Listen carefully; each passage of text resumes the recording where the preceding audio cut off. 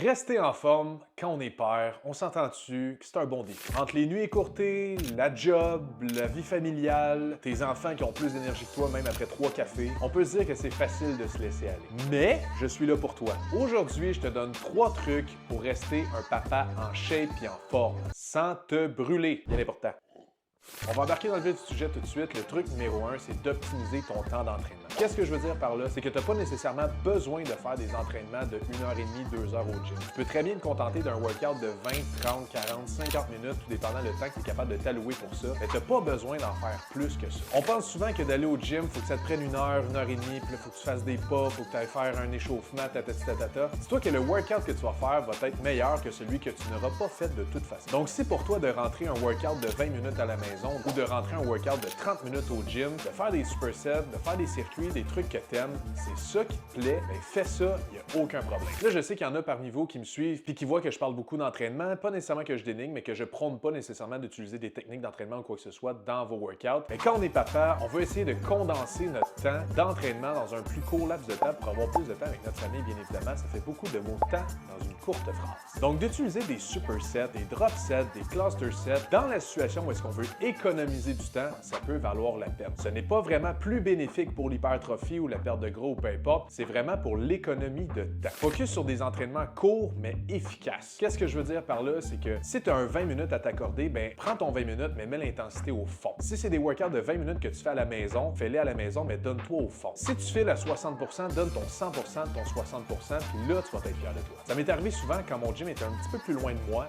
Ça prenait un 20-25 minutes faire la route, puis quand il n'y avait pas de trafic, des fois, je faisais, en fait, des fois, j'abuse un petit peu, j'en faisais beaucoup à la maison. Il y a des semaines où je faisais 3 à 4 entraînements par semaine à la maison, ça me durait 15 à 20 minutes, mais je me donnais all-in. Mon gars était en train d'écouter Coco Melon ou Passe-Partout. Moi, j'étais en arrière de lui, puis je faisais mon workout. Il aimait ça, il trouvait ça drôle, puis lui, il avait son petit moment pour lui, puis moi, j'avais un petit moment pour moi. Tout ça pour te dire que peu importe le temps que tu as, alloue-toi ce temps-là pour toi, puis ça va te permettre de rester en forme, d'avoir une meilleure condition physique, une meilleure condition cardiovasculaire aussi pour suivre tes enfants quand ils ont le temps d'aller au parc. Le truc numéro 2 que je pourrais te donner, c'est de bouger avec tes enfants. Ça paraît si simple de bouger avec tes enfants, mais Colin, que des intégrés dans ta routine d'entraînement, ça va les brûler, ça va leur permettre de développer un peu leur motricité, leur développement athlétique, puis de voir aussi s'ils aiment ça de s'entraîner. Ça paraît con, même si ton gars a 2, 3, 4 ans, on s'en fout, on veut juste bouger ensemble, puis d'avoir la famille qui est là pour s'encourager. C'est ça qui est trippant. On pense souvent que l'entraînement, c'est d'aller au gym puis de lever des poids les plus lourds possibles, mais l'entraînement en soi, ça veut prendre différentes formes. Il y en a pour qui le yoga, le pilates, le crossfit, des circuits HIIT, tout ça, ça fait partie d'un bon entraînement. Fais ce que t'aimes et ce que t'apprécies. Mais le truc numéro 2, comme je te dis, c'est vraiment d'intégrer tes enfants dans ta routine. Ça va te permettre de, oui, sauver du temps pour ne pas nécessairement aller au gym, mais aussi de développer des liens avec ton enfant. De leur montrer, toi, c'est quoi tes passions, toi, c'est quoi t'aimes, puis même de voir si ton enfant a de l'intérêt à venir s'entraîner avec toi ou juste de bouger tout simplement. Je te dis pas de faire deadlifter ou de le faire squatter 500 livres à la première séance, c'est pas ça que je te dis. C'est juste de bouger. On s'entend aujourd'hui en plus avec les tablettes, les téléphones, les ordinateurs, la télévision. C'est difficile de faire sortir notre enfant de la routine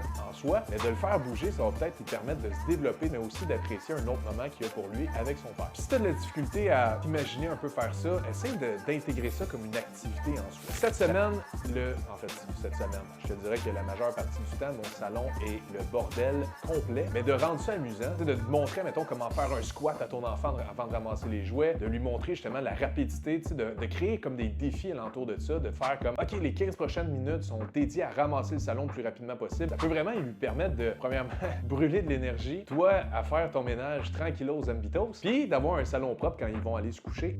C'est fort. Le truc numéro 3, c'est de prendre soin de ton énergie. Qu'est-ce que je veux dire par là? C'est qu'on est brûlé. On s'entend, là, moi, je parle pour moi, je dis on, mais je m'inclus là-dedans. On est brûlé. On dort pas beaucoup, on a beaucoup de pression avec notre entourage, on est beaucoup sur nos téléphones, la vie professionnelle, des fois, prend beaucoup de temps, on n'a pas beaucoup de temps avec notre conjoint, puis ça brûle de l'énergie à ce moment-là. C'est pas le temps de te brûler encore plus si tu n'as pas l'énergie de faire un workout. Qu'est-ce que je veux dire par là? C'est que la récupération est hyper importante quand vient le temps de s'entraîner, de bien performer au gym, puis surtout de progresser. Parce que pourquoi s'entraîner, puis pourquoi faire des efforts quand on progresse pas? Parce qu'au bout du compte, on veut progresser puis on veut s'améliorer. Donc quand on s'entraîne, on veut avoir une certaine progression au niveau physique, mental, peu importe, mais on veut voir que ça avance. Mais si tu es trop fatigué et tu récupères pas bien tes entraînements, ça mènera nulle part. Donc prends bien le temps de t'écouter toi, puis prends le temps de vraiment reconnaître ce que tu as vraiment besoin en ce moment. Si tu as dormi 3 heures pendant les 6 derniers jours, c'est peut-être pas le bon moment d'aller te péter un PR au deadlift. Tu peux très bien rien aller t'entraîner, c'est pas ça que je te dis. Je veux juste que tu t'ajustes ton entraînement en fonction de l'énergie que tu as, l'énergie que tu vas avoir demain. Et les sous-trucs que je peux te donner pour prioriser ton énergie, c'est vraiment d'optimiser ton sommeil. Je sais que peut-être que tu es dans la même situation que moi, qu'il y a beaucoup de difficultés à dormir, les enfants font pas encore leur nuit, mais reste que tu es capable d'optimiser soit ta routine de dos, d'optimiser ta routine aussi le matin, mais vraiment d'optimiser ton sommeil en soi. Quand tu dors, on veut que tu dormes comme du monde, même si tu as à te réveiller plusieurs fois dans la nuit. Tu sais, si ton sommeil n'est pas parfait,